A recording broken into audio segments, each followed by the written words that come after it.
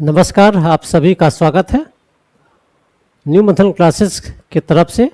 71 का जो मेंस लिखने जा रहे हैं या बीपीएससी की तैयारी कर रहे हैं, तो बीपीएससी मेंस में आपको एक पेपर एसे भी है। तो एसे किस तरह से लिखना चाहिए उसके संबंध में आज बात करेंगे। एसे कितने प्रकार का लिखना आपको है, एसे कैसे लिखना है, उसके संबंध में हम चर्चा करने जा रहे हैं।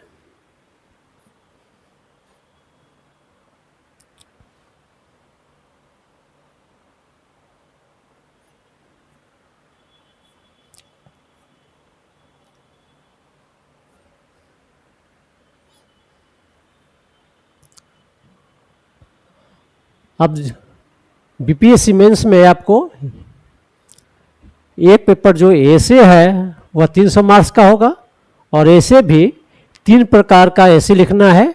एक आपका साहित्यिक है, लिटरेचर संबंधित है, एक समकालीन है अर्थात एक कंटेम्प्रोरी आपका है, और तीसरा आपका है बिहार के मुहावरा है, लोकोक्ति है या कहावतें है, इससे संबंधित रहेगा आपका। और बिहार से रिलेटेड, बिहार से संबंधित जो भी भाषा है, चाहे मैथिली हो, भोजपुरी हो, मगही हो या हिंदी हो, या किसी इन सभी भाषाओं से आपको लोकोक्ति, मुहावरा या कहावतें रहेगा, उसमें से एक चुन करके आपको लिखना है जो 100 मार्क्स का रहेगा आपका। अर्थात 300 का मतलब 3 जो लिखना है, 100 मार्क्स का 3 आपको इससे लिखना है। तो हम देखते हैं सबसे पहले कि ऐसे का फॉर्मेटिंग कैसे करेंगे, उसका कितने भागों में बांटकर देखेंगे, लिखेंगे, और उस प्रत्येक भाग में क्या क्या लिखेंगे उसके संबंध में देखते हैं।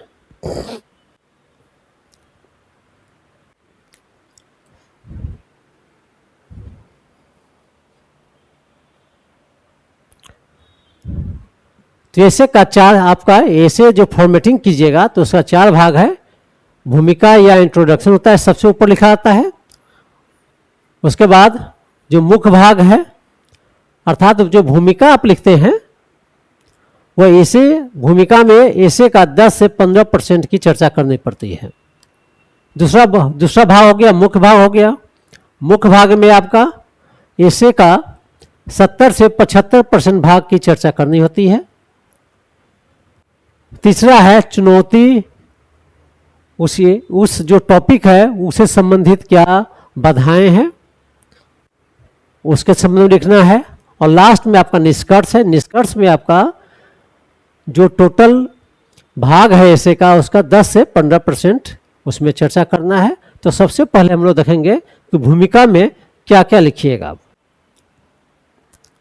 अर्थात ऐसे का जो पहला पार्ट है भूमिका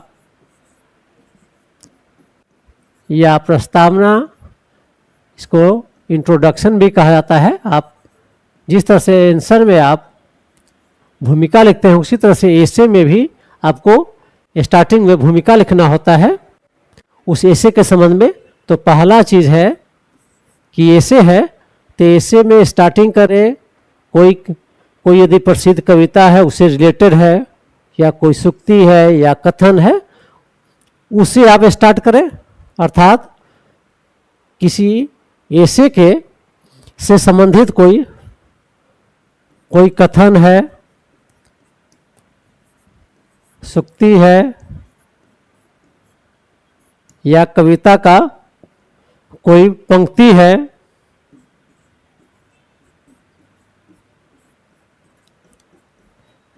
है, उसे आपको स्टार्ट करना चाहिए। फिर उसमें दूसरा बिंदु में जो कविता का विषय है, जो एसे का विषय है, उसका जो मुख्य बिंदु है उसको स्पष्ट करना चाहिए, मुख्य बिंदु को स्पष्ट करना चाहिए।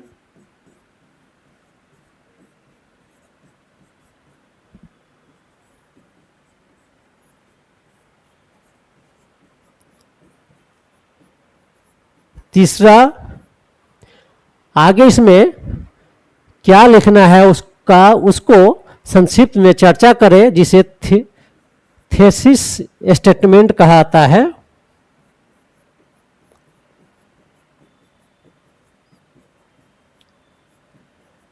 अर्थात इंट्रोडक्शन में भी तीन बिंदु आपको देना है। एक आपका है उस ऐसे को स्टार्ट कोई प्रसिद्ध प्रासंगिक घटना से शुरू करे, या कथन से शुरू करे, या कोई कविता के पंक्ति से शुरू करे। फिर उस ऐसे का जो मुख्य बिंदु है उसको स्पष्ट कीजिए। तीसरा, उसमें क्या आप आगे लिखने जा रहे हैं उसके संबंध में संक्षिप्त में चर्चा कीजिए, जिसके लिए शब्द यूज किया जाता है थेसिस स्टेटमेंट कहा जाता है। और यह जो भूमिका आप लिखिएगा उसमें ऐसे का 10 से 15% भाग इसमें शामिल होना चाहिए। अब देखते हैं हम लोग है दूसरा भाग, मुख्य भाग देखेंगे। अर्थात ऐसे का ये मेन बॉडी है, और इसमें जो ऐसे लिखने जा रहे हैं उसका 70 से 75% भाग इसी ऐसे का मुख्य भाग में शामिल किया जाता है, मेन बॉडी में शामिल किया जाता है। पहला चीज इसमें आपको ध्यान देना है कि प्रत्येक जो पैराग्राफ है उसमें पैराग्राफ में प्रवाह होना चाहिए, प्रवाह होना चाहिए। मतलब कोई भी, चाहे आप जीएस का आंसर लिख रहे हैं या ऐसे का लिख रहे हैं, तो उसमें एक प्रवाह होना ही, फ्लो होना ही चाहिए आपको। दूसरा, उस ऐसे का ऐतिहासिक परिप्रेक्ष्य लिखिए। दूसरे पैराग्राफ में।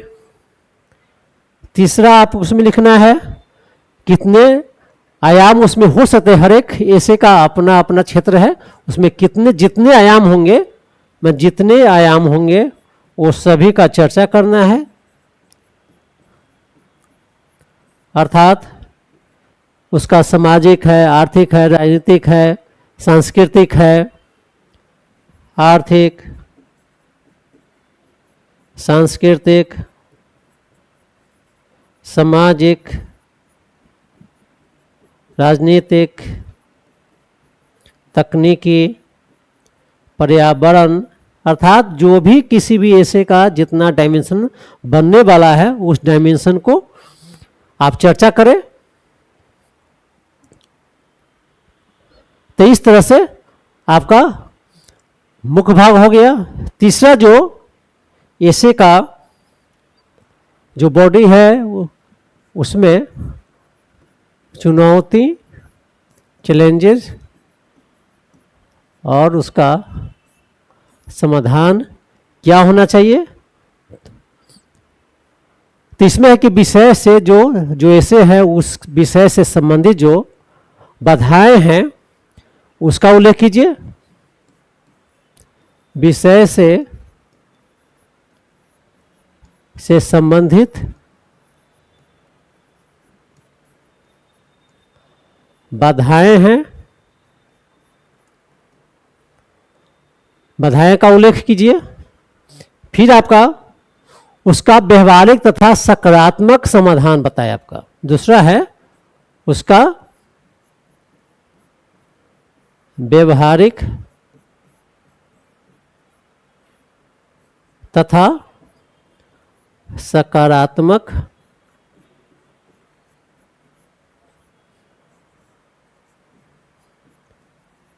समाधान देना है।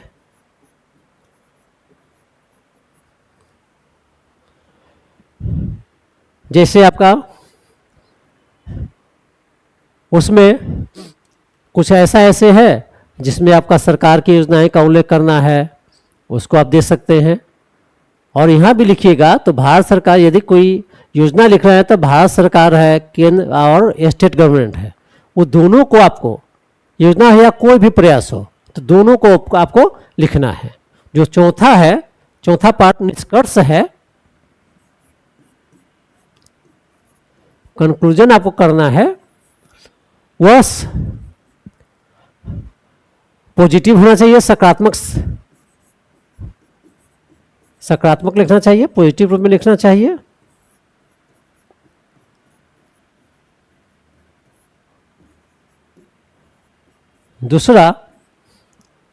दूसरा इसमें बच जाएगा आपका मुख्य बिंदु है, ऐसे का जो मुख्य बिंदु है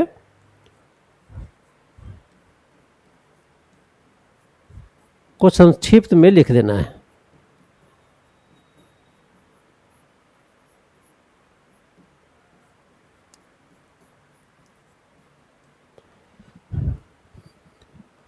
और आगे क्या है, फ्यूचर में क्या होना चाहिए, उसका भविष्य में उसका क्या होना चाहिए उसको भी लिखना है। इस तरह से आप जो ऐसे लिखेंगे उस ऐसे को इस तरह से फॉर्मेटिंग करेंगे तो निश्चित रूप से आपको अच्छा मार्क्स मिलेगा। अब हम लोग देखते हैं, आप तो देख लिए कि ऐसे का फॉर्मेटिंग करना कैसे करना है। अब देखेंगे हम लोग कि एक जो कहावत है उसके संबंध में देखेंगे।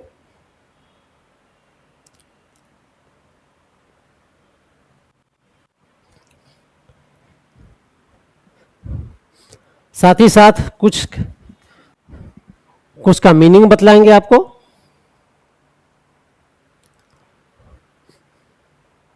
पहले हम देखते हैं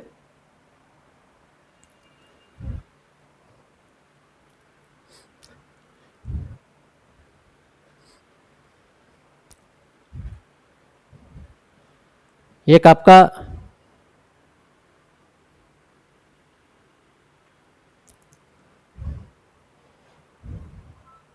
जो कहावतें हैं उसके संबंध में देखें।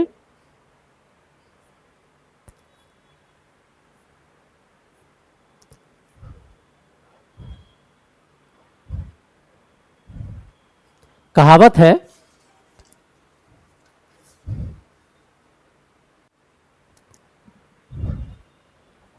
वह है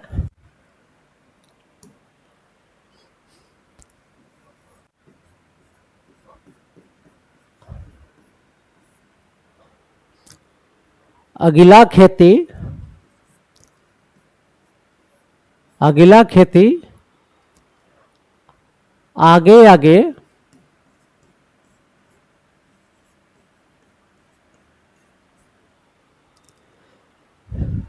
पिछला खेती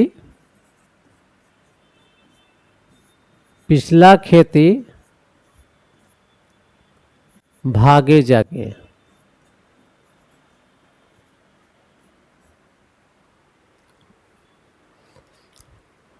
एक कहावत आपका है जो प्रचलन में है और यह भोजपुरी का है, भोजपुरी में प्रचलित है यह कहावत। मतलब अगला खेती आगे आगे, पिछला खेती भागे जागे, अर्थात कृषि से संबंधित है। और इसका जब इसको लिखना शुरू कीजिएगा प्रस्तावना या भूमिका में या इंट्रोडक्शन में क्या लिखना है तो इसका फॉर्मेटिंग पहले बतलाते हैं आपको हम है। तो इसको भी आप फॉर्मेटिंग कीजिए। भूमिका लिखिए पहले,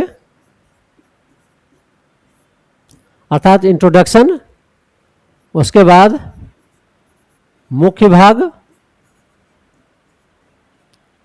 उसके बाद चुनौती या समाधान, और तीसरा हो जाएगा, चौथा हो जाएगा निष्कर्ष। तो इस तरह से इस कहावत का यह 4 भाग, इस कहावत को 4 भाग में फॉर्मेटिंग कीजिए तब लिखना शुरू कीजिए।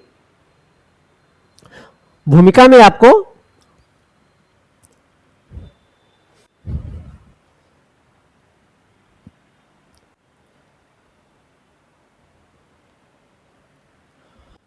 लिखना है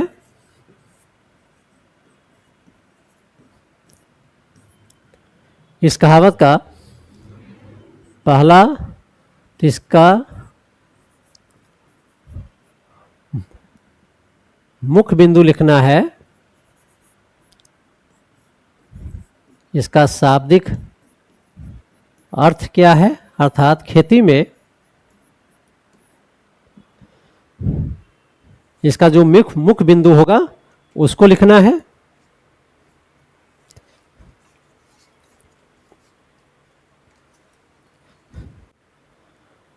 शाब्दिक अर्थ इस कहावत का क्या हुआ कि अर्थात जो खेती, जो कृषि कार्य समय पर होती है उससे अपेक्षित परिणाम निकलता है, उससे सकारात्मक परिणाम निकलता है। जो कृषि कार्य समय पर नहीं किए जाते हैं उसका परिणाम अपेक्षित रूप से प्राप्त नहीं होता है, अर्थात उससे नुकसान होता है। तो यह इस कहावत का शाब्दिक अर्थ हुआ आपको। अर्थात इसका जो मुख्य बिंदु है कि समय पर कार्य करना चाहिए, समय से पहले या समय पर कार्य, कोई भी कार्य समय से पहले या समय पर कार्य किया जाना चाहिए। इसको शाब्दिक अर्थ लिख दिए कि समय पर, समय से खेती या कृषि लाभदायक होता है,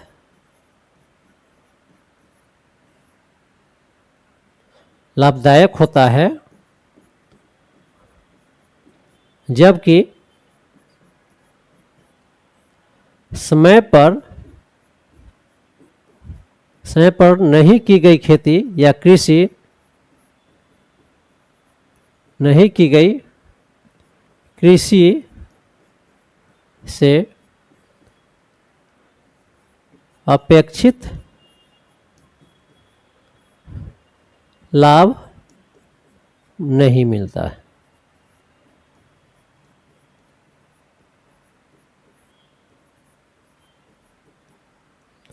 दूसरा इसका की पॉइंट क्या निकला कि समय पर कोई भी कार्य किया जाना नहीं, समय पर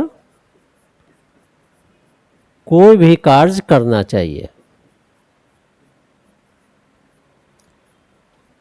समय पर यदि कोई कार्य नहीं करते हैं समय पर या समय से पहले तो उससे नुकसान होता है, उसे किसी भी प्रकार का लाभ नहीं होता है।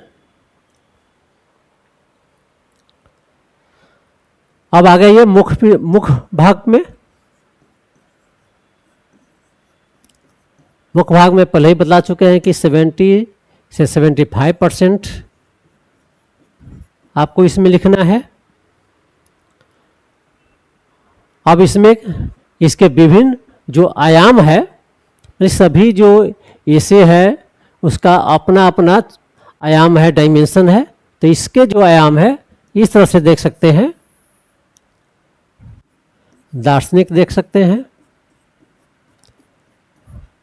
दार्शनिक या व्यवहारिक। फिर देख सकते हैं इसमें शैक्षणिक, फिर इसमें देख सकते हैं हम लोग है प्रशासनिक,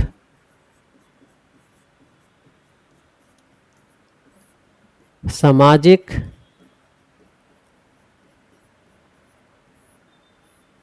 आर्थिक, राजनीतिक,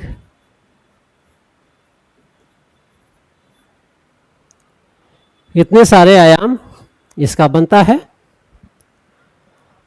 दार्शनिक या व्यवहारिक का आपका दो पक्ष है,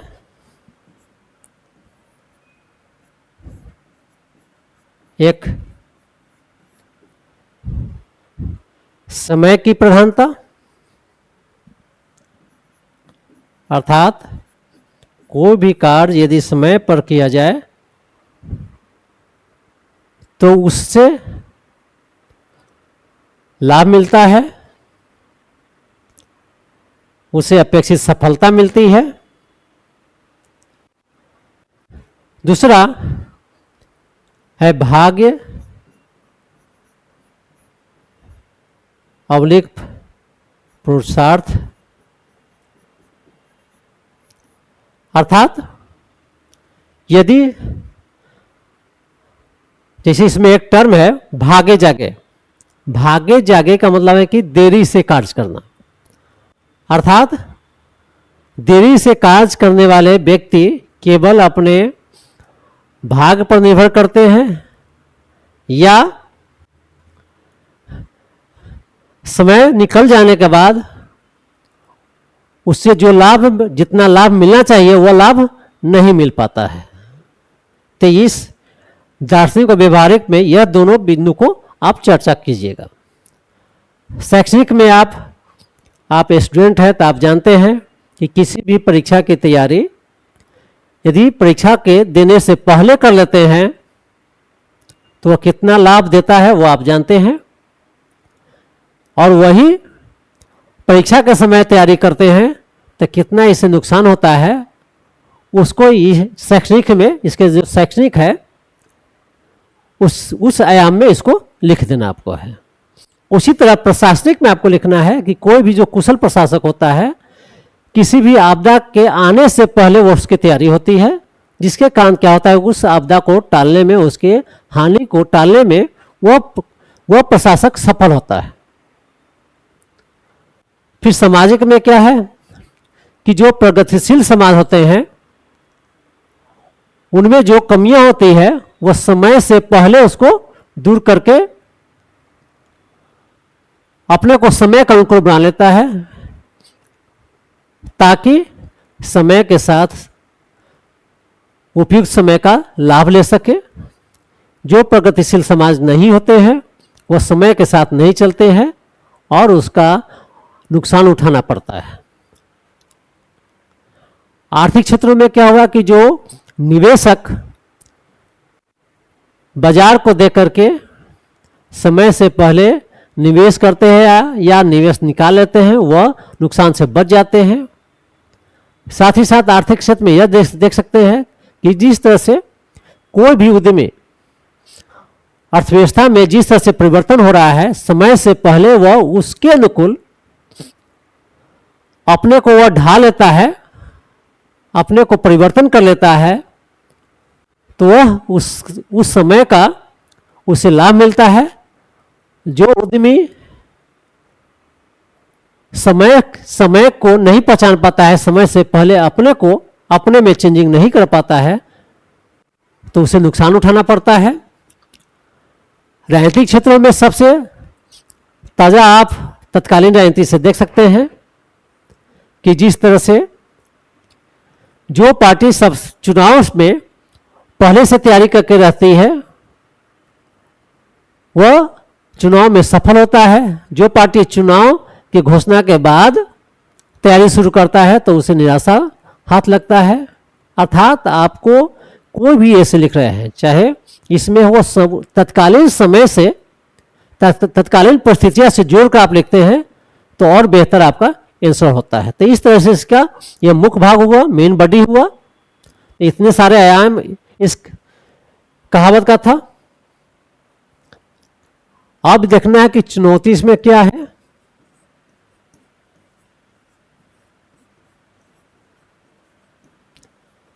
चुनौती और समाधान लिखना है, अर्थात समय पर कार्य, समय पर कार्य न करने से नहीं करने से हानि होती है।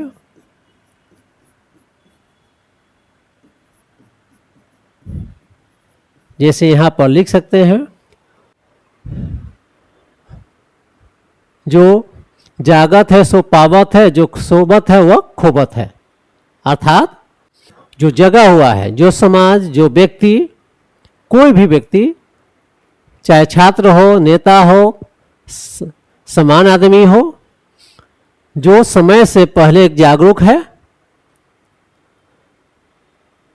वह अपने को बचा लेता है। जो समय से पहले जागरूक नहीं हुआ, वह उसे नुकसान उठाना पड़ता है। तो इस तरह से कहीं भी कोई भी कहावत है उसको पुट कर सकते हैं आप, चुनौती और समाधान में इसको पुट कर सकते हैं। फिर आपका अब आया निष्कर्ष।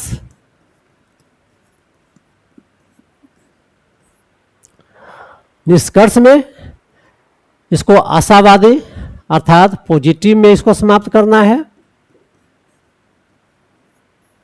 अर्थात इस कहावत के अंत पे यह लिखना है कि किसी भी व्यक्ति, चाहे किसी भी क्षेत्र का हो, चाहे किसान हो, छात्र हो, उद्यमी हो, उसे समय पर कार्य करना चाहिए। और समय पर कार्य करने से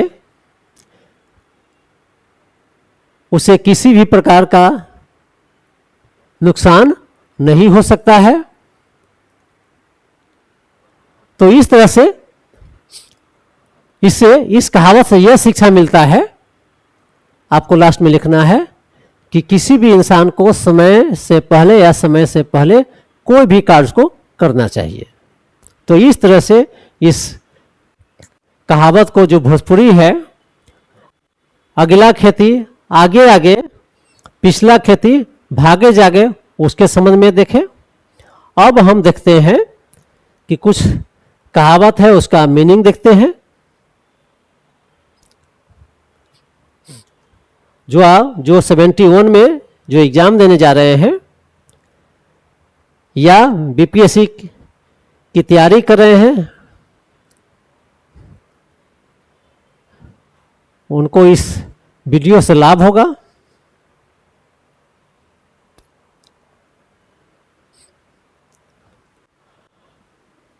जैसे देखते हैं,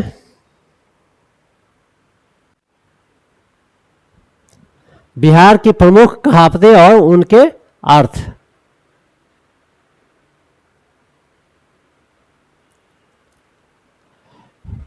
पहला है, हाथ कंगन को आरसी क्या, पढ़े लिखे को फारसी क्या। तो इसका मीनिंग है, जो चीज प्रत्यक्ष है, सामने है, उसे प्रमाणित करने के लिए किसी सबूत की आवश्यकता नहीं होती है। संदर्भ क्या है इसका?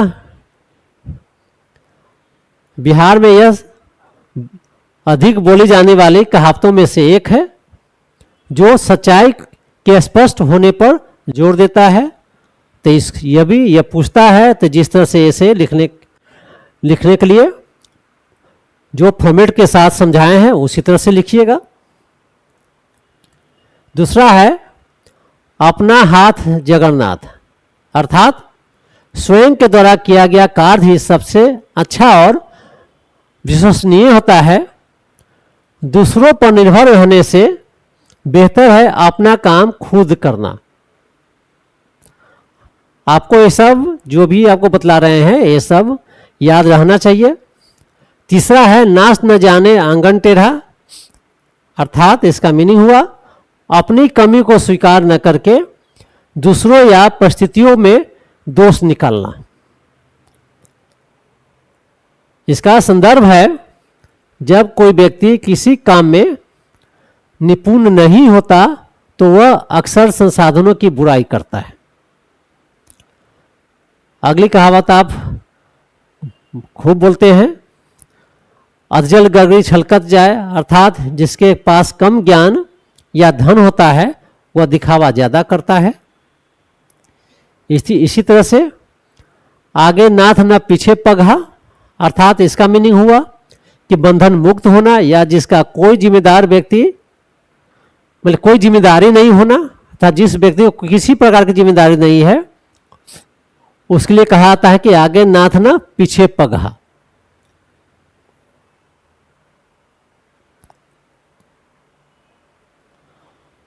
अब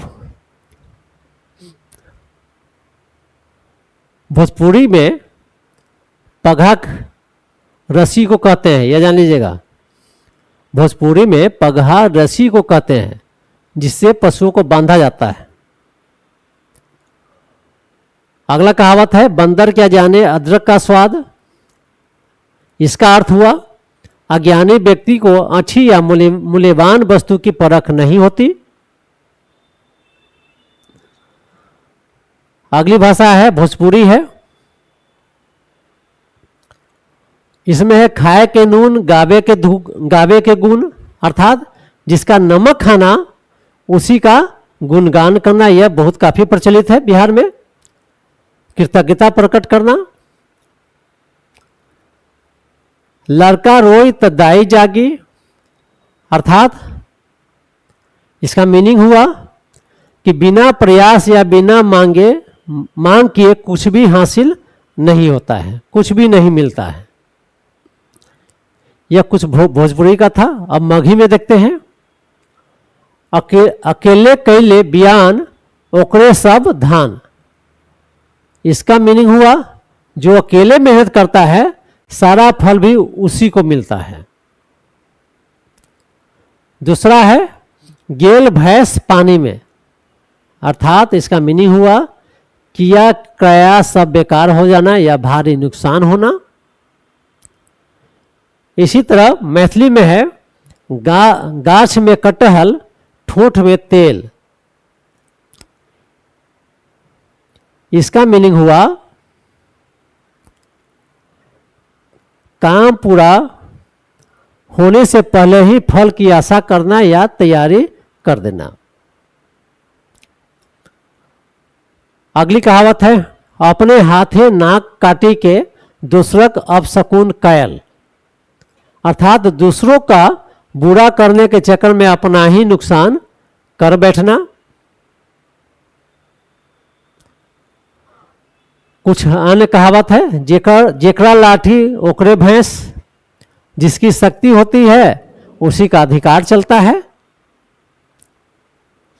फिर अगली कहावत है, मान न मान मैं तेरा मेहमान, जबरदस्ती किसी के गले पड़ना।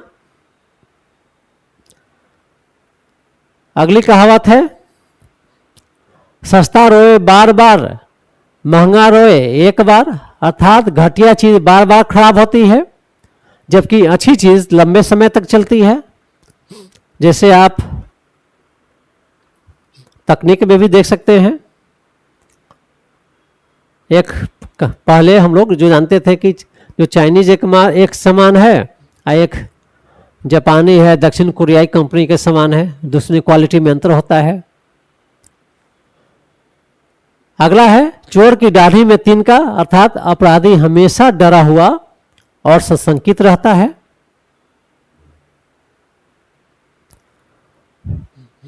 भोजपुरी में अगली कहावत है, जेकर बनरिया उहे नचावे, दूसर नचावे त काटे धावे, अर्थात जिसका काम वही जाने, दूसरा करे तो दिक्कत होती है। अबरा के मोगी भर घर के भौजी, अर्थात कमजोर व्यक्ति की पत्नी पर सबका अधिकार चलता है।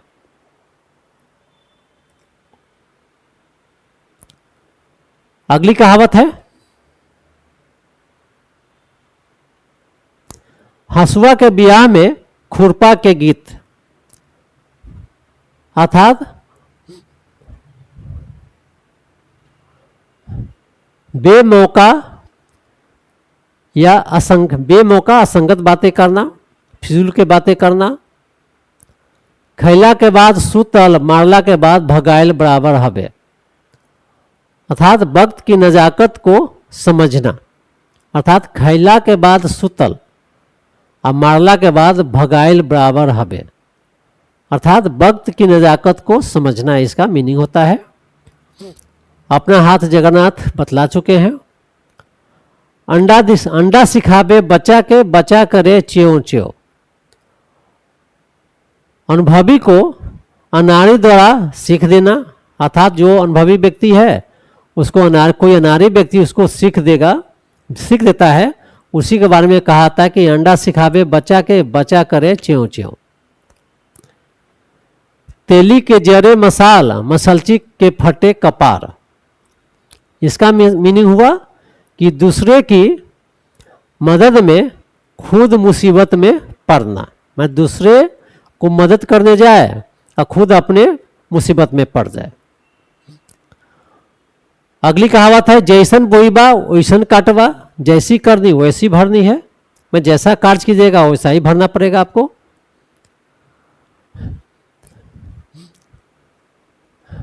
जेना देखल अठन्नी चौवनी, वो देखल रुपया।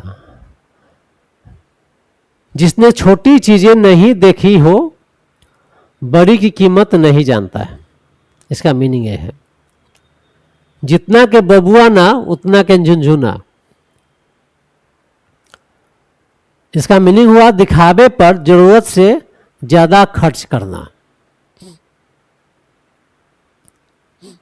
अब ये पढ़ाए हैं अगला खेती, आगे आगे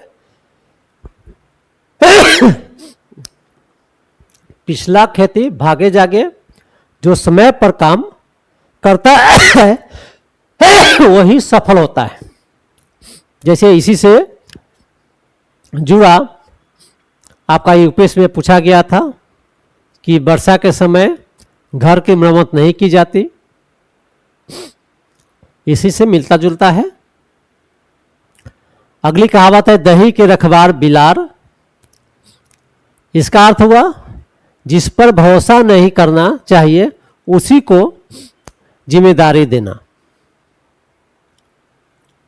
अर्थात जिस पर भरोसा नहीं करना, मतलब दही के रखवार बिलार, अर्थात बिलार को के सामने दही रखिएगा तो खा जाएगा वो।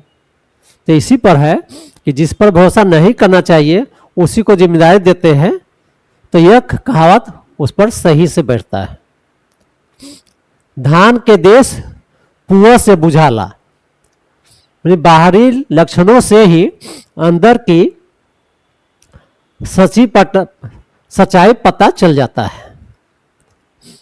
अर्थात बाहरी आपका लक्षण जो है उसी से बहुत लोग, अनुभवी लोग देख लेता है कि आपकी सच्चाई क्या है। उसी के लिए कहावत है, धान के देश पुआ से बुझाला।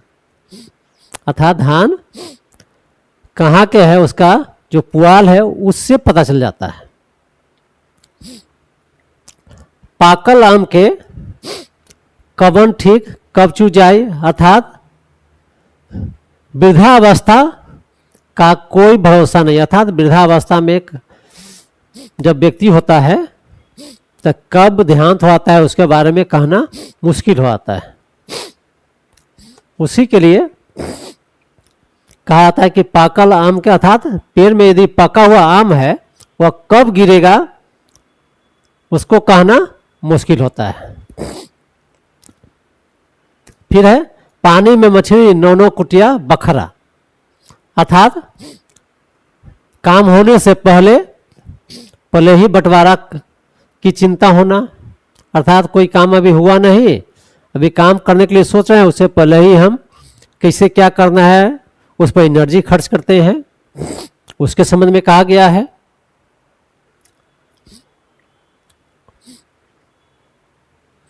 फिर आपका है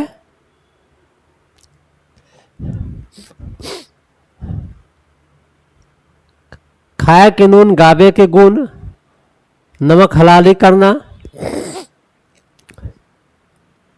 लड़का रोए तो दाई जागे, मतलब बिना मांगे कुछ नहीं मिलता, ये सब बतला चुके हैं। मन चंगा तक कठौती में गंगा, अर्थात पवित्र मन ही सबसे बड़ी तीर्थ होता है।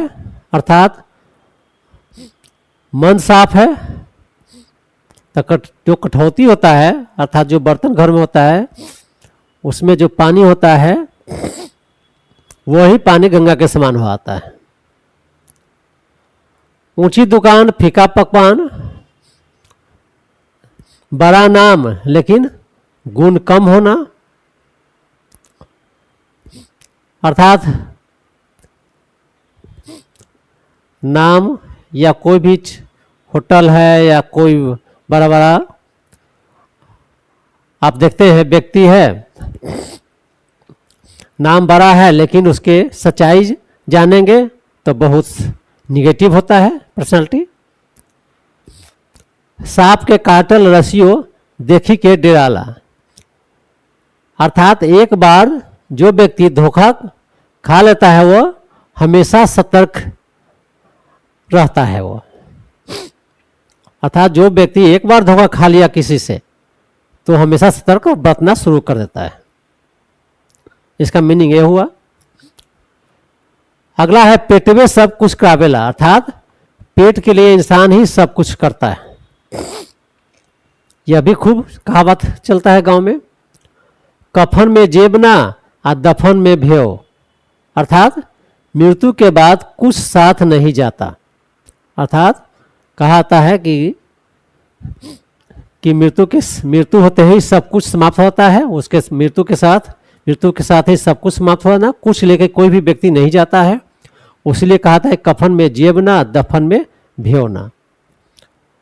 लाठी की मार भुला जाला लेकिन बाती के नाही, अर्थात शरीर की चोट भर जाती है पर बातों की नहीं। अर्थात कोई व्यक्ति यदि लाठी खा लेता है तो वह धीरे धीरे वह उस दर्द से उबर जाता है, लेकिन कोई आदमी बात से जो चोट पहुंचाया जाता है वह कभी भी उस बात से नहीं निकल पाता है, कभी नहीं भूल पाता है। इसी तरह है एक कुकुर तू काहे दुबर, दू घर के आवाजाई, अर्थात दो जगह के चक्कर में नुकसान होना अर्थात दो जगह, देहाती में कहावत भी है कि दो जगह यदि आप हाथ पांव मारते हैं तो दोनों जगह आपका समाप्त हो आता है, नुकसान हो आता है। अगली कहावत है भाग वाला के भूत हर जोतेला, अर्थात भाग्यशाली व्यक्ति का काम अपने आप हो जाता है। इससे मिलता जुलता और बहुत सारी कहावतें हैं। मघी में और है आपका है गेल भैंस पानी में काम बिगड़ जाना। इसका मीनिंग हुआ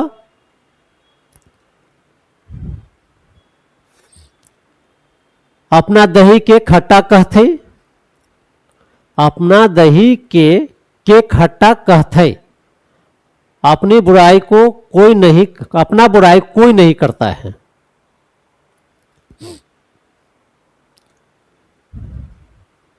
इसी तरह से है और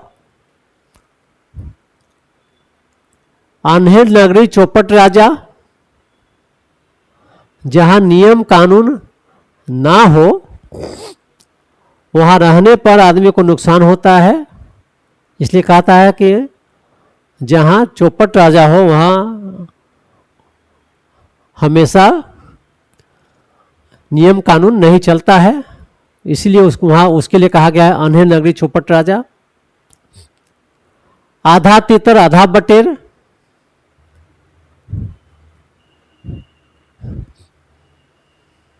बेमेल जो मिश्रण होता है उसी को आधा तितर आधा बटेर कहता है। मतलब बेमेल का जो शादी होता है उसके बारे में भी कहा जाता है। आम के आम गुठली के दाम, अर्थात दोहरा लाभ, जिस काम से दोहरा लाभ मिलता है उसको कहा था कि आम के आम और गुठली के दाम। उधार के खाए कोहरा के दान, दूसरों के भरोसे रहकर दिखावा करना, अर्थात उधार के खाए कोहरा के दान उसके लिए कहा जाता है कि दूसरा के भरोसे रह रहे हैं और अपने को शो कर रहे हैं। एक पंथ दो काज, अर्थात एक प्रयास करते हैं, एक कोशिश करते हैं, उससे दो काम हो आता है, उसके लिए एक पंथ दो काज कहा जाता है। ओकली में माथा दिला पर चोट से का डर, अर्थात कठिन काम शुरू करने पर मुसीबत से नहीं डरना चाहिए। अर्थात कोई भी कठिन काम करने जा रहे हैं तो बहुत सारी समस्या आती है, उसी के लिए कहा जाता है कि ओखली में माथा दिला पर चोट से का डर। कहाँ राजा भोज कहाँ गंगू तेले, अर्थात दो असमान व्यक्तियों का तुलना, अर्थात राजा और रंग की तरह। अगला है खेत खाए गधा मार खाए जोलहा, अर्थात गलती कोई करे और सजा किसी और को मिले, उसको कहा जाता है, उसके लिए कहा जाता है खेत खाए गधा मार खाए जोलहा।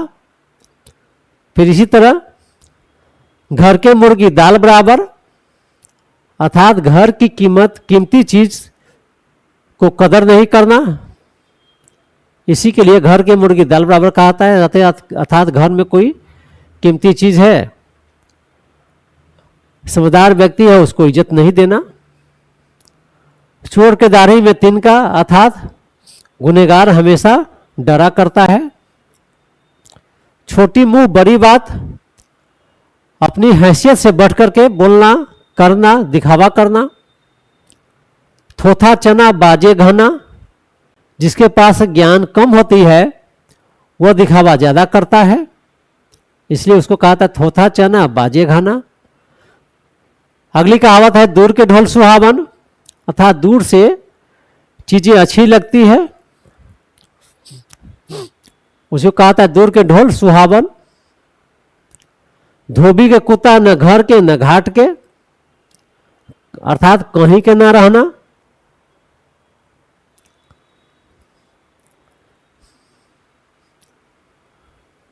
फिर देखते हैं बगल में छोड़ा शहर में ढिढोरा, पास की चीज को दूर जाके ढूंढना। मियाँ की जूती मियाँ के सर, किसी की युक्ति उसी पर भारी पड़ना। मुंह में राम बगल में छुरी, ऊपर से अच्छा बनना पर अंदर से बुरा होना, मतलब ऊपर से कुछ अंदर से कुछ। उसको कहता है, उस व्यक्ति के लिए कहता है मुंह में राम बगल में छुरी। जेकर कोठी में धान ओकर सब कोहान, अर्थात अमीर व्यक्ति के सब रिश्तेदार बनते हैं। जेकर कोठी में धान ओकर सब कोहान, उसके लिए कहा गया है। बिना रोले माए दूध ना पिलावही, अर्थात मांगने पर ही हक मिलता है। फिर मैथिली में है चलनी दुस्लक सूप के जेकर सहसर छेद, अर्थात जिसमें खुद बुराई हो वह दूसरों की बुराई करता फिरता हो। गाछ में कटहल ठोंठ में तेल, काम होने से पहले ही तैयारी शुरू कर देना। जुड़े लाई ने खाए बतासा, अर्थात औकात से ज्यादा खर्च या दिखावा करना, अर्थात जुड़े लाई ने खाए बतासा, अर्थात लाई मिलता नहीं है लेकिन बतासा खाता है, अर्थात औकात से ज्यादा खर्च या दिखावा करता है। माए हेरे अतरी बो हेरे पोटरे, माँ प्रेम दिखाती है और पत्नी धन दिखाती है, उसको कहता है माए हेरे अतरी बो हेरे पोटरी। पोटरी का मतलब धन, अतरी का मतलब प्रेम। बाप के नाम लती फते और बेटा के नाम कदीमा, अर्थात पिता से पुत्र का ज्यादा उन्नत होना।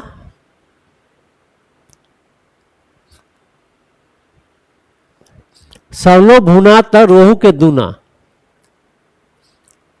इसका मीनिंग है कि गुणी व्यक्ति बुरे वक्त में भी दूसरों से बेहतर रहते हैं, अर्थात जो समझदार व्यक्ति है वह बुरा वक्त में भी दूसरा से अच्छी तरह से रहते हैं। वो अनहेर गाय के राम रखवार, अर्थात बेसहारों का भगवान ही सहारा होता है।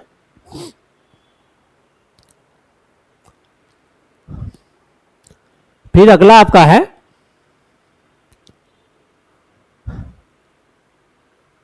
साय बहू में झगड़ा पंच भेल लबरा, ऐसा मैथिली का चल रहा है। मेरे घर की झगड़ा में बाहरी का बोलना बेकार है। अगला है मूर्खक लाठी बीचे कपार, अर्थात मूर्ख व्यक्ति बिना सोचे समझे नुकसान करता है, अर्थात बीच कपार में मार देता है। छोट खिखिर के मोट नांगैर, छोटा व्यक्ति बड़ी आकांक्षा, बड़ा ख्वाब, इसको कहता है छोट खिखिर के मोट नांगैर। जेबै नेपाल कपार जेते संगे, अर्थात भाग हमेशा साथ होना, अर्थात कहीं भी जाइए कहता है भाग तो हमेशा साथ ही रहता है। पाकल परोर के झनझन बिया, इसका मीनिंग होता है कि अनुभव की परिपक्वता, मान ली अनुभव जो होता है उसका, मान ली कोई अनुभवी व्यक्ति का अनुभव जो हो गया उसी को कहता है कि पाकल परोर के झनझन बिया। पाइन में माछ नोनो कुटिया बखरा, अर्थात मिलने से पहले ही बंटवारा, भोजपुरी में भी इस तरह से मिलती जुलती है। अपन हाथे नाक काटी के दूसरक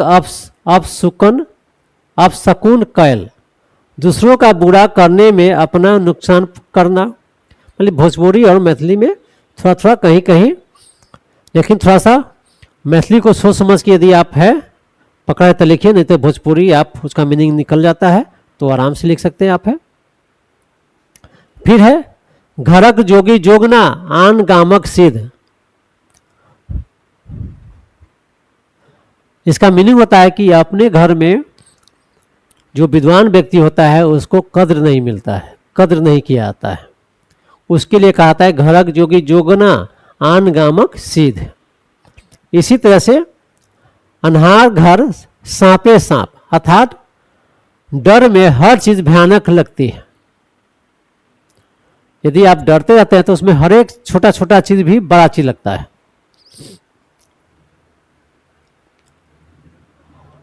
अगला है हम सुन रही पिया सुन रहे, गामक लोग बनरा बन रहे, अर्थात खुद को सबसे बेहतर और दूसरों को बुरा समझना।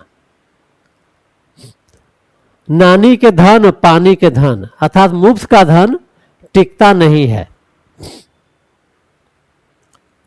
कता गेला कतहु न, जेना गेला तेना एला, बिना किसी बदलाव या लाभ के लौटना। अगला है आलसक खेती मूसिक आहार, आलसी की मेहनत दूसरे कहां जाते हैं। एक तीत दोसर नेम चढ़ल, एक बुराई ऊपर से दूसरी मिल जाना।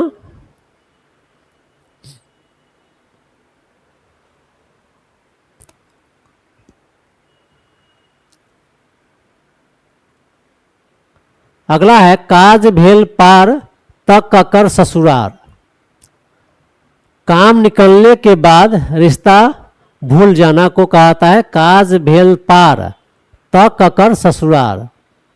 जब काम हो गया तब किसका ससुरार है, अर्थात जब काम निकल गया तब भूल जाना अपना। मुंह में दही जमब, अर्थात चुप रहने को कहता है देहात में।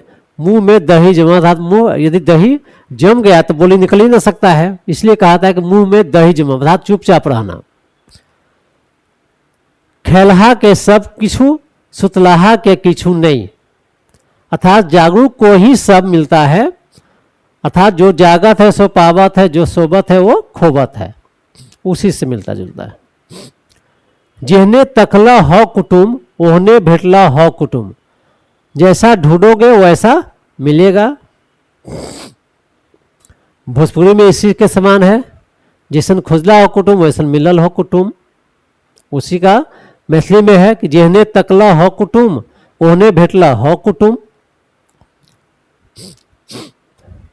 अब हिंदी कुछ कहावत का मीनिंग समझिए। अजल गगरी छलकत जाए, अर्थात कम ज्ञान वाला ज्यादा दिखावा करता है। अंत भला तो सब भला, अर्थात परिणाम अच्छा हो तो सब अच्छा माना जाता है। अंधों में कन्हा राजा, मूर्खों में कम ज्ञान वाला भी विद्वान माना जाता है।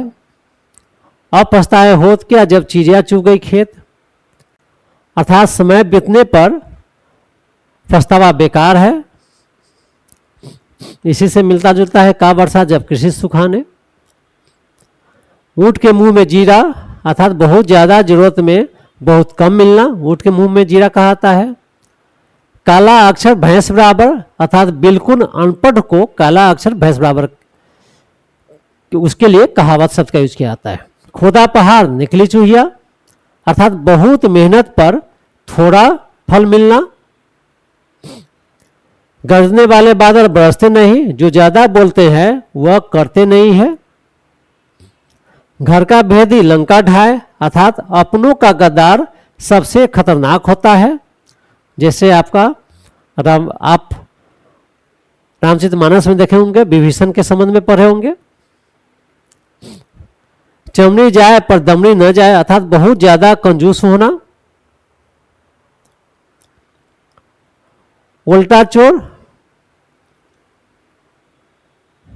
कोतवाल को डांटे, अर्थात अपनी गलती होने पर भी सामने वाला पर झड़पना, उसको डांटना। तो इस तरह से हम लोग